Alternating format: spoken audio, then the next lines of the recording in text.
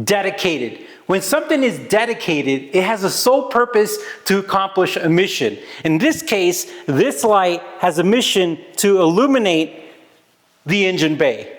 And this is really neat because when you need a light, a purpose-built light for the engine bay, it definitely solves a lot of issues.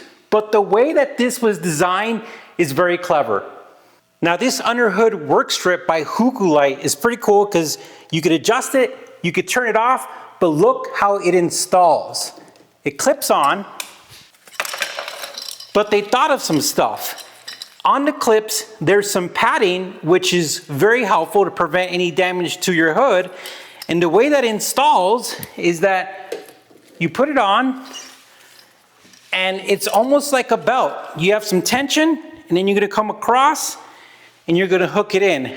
Depending on the size of your hood, you could adjust it, which is gonna be necessary, and it's just adjusting using these clips. Now what I did when I adjusted it, I took it off, and then I either moved it to the left or to the right, and then I tested it. Now, one of the most clever features of this light is when you turn this on, instead of depending on the angle of everything, this has an adjustment part, almost like a ratcheting effect, where you could angle the light, which makes it very helpful when you're working on stuff, and to make sure that you're actually lighting up the area you want to light up. All right, when you take it off, you're gonna go ahead and put tension on one side, you're gonna release one side, and then you're gonna grab the other side while maintaining some tension, and it's off. And one of the things that I love about this is that you could literally fold this up, and it doesn't take a lot of space, and you could put this in a bag, or you could store this somewhere in your car storage.